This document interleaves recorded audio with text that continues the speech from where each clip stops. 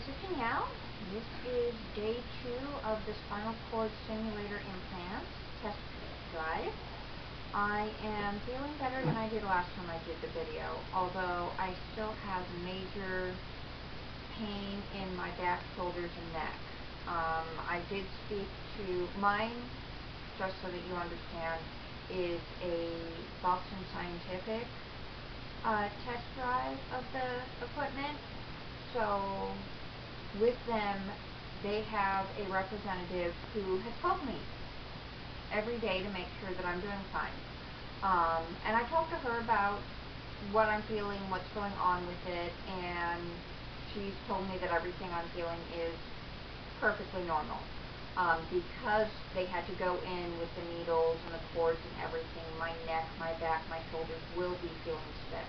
Now, had it been done on a different area, such as to help my lower back or knees, it probably wouldn't be up in the neck and shoulders, it would be lower down in the spine where it hurts. So if you get a spinal cord stimulator, don't be surprised at having pain in those areas.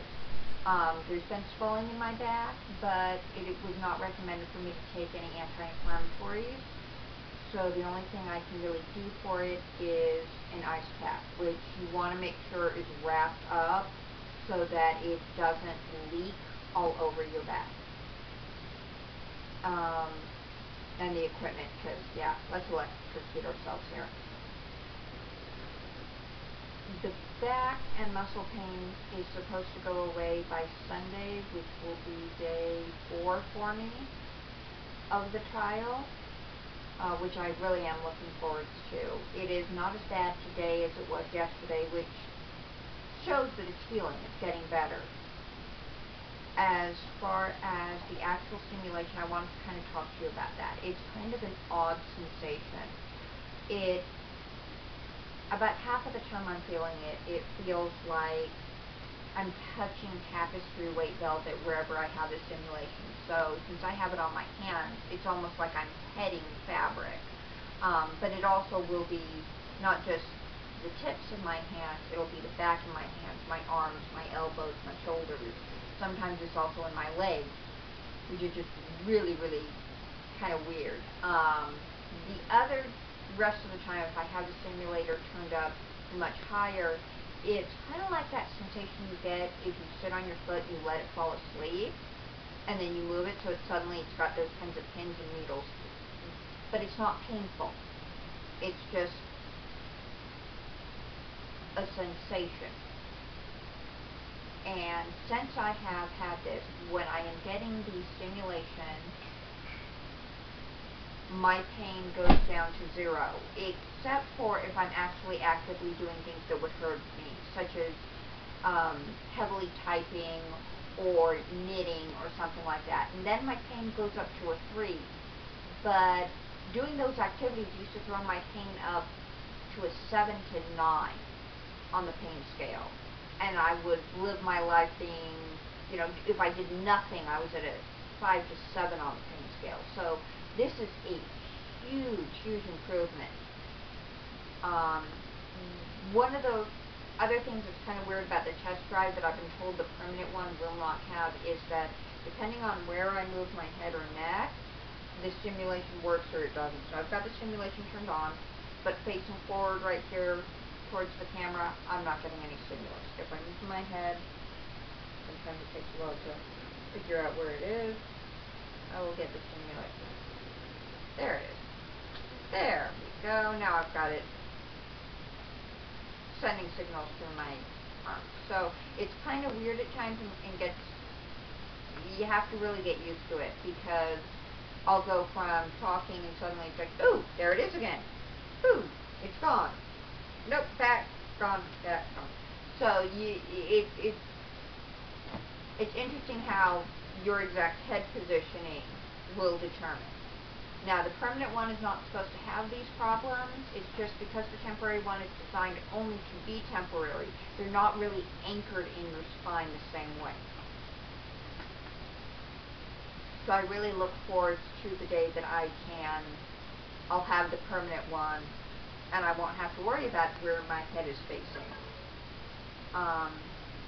to help with the pain I am suffering from with my shoulders, back, and neck, I found that laying on my side is very helpful. Unfortunately, I also suffer from when I'm laying on my side, I get sleepy and want to go to sleep. But for anybody who's going to go through this therapy, if you have a job, I would recommend taking the time off, if it's at all possible, for the first few days of the test run. Mine luckily was scheduled on Thursday, so had I been working, I would only needed to have taken Thursday and Friday off, because Monday I'm supposed to be all back to normal.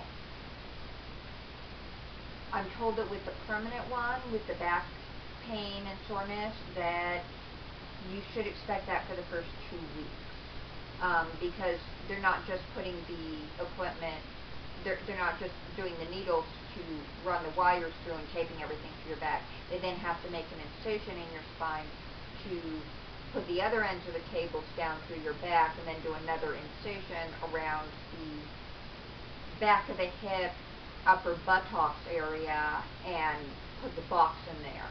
And that's going to take more time, and that makes sense to me why that would take more time to heal from. But overall, I am doing well.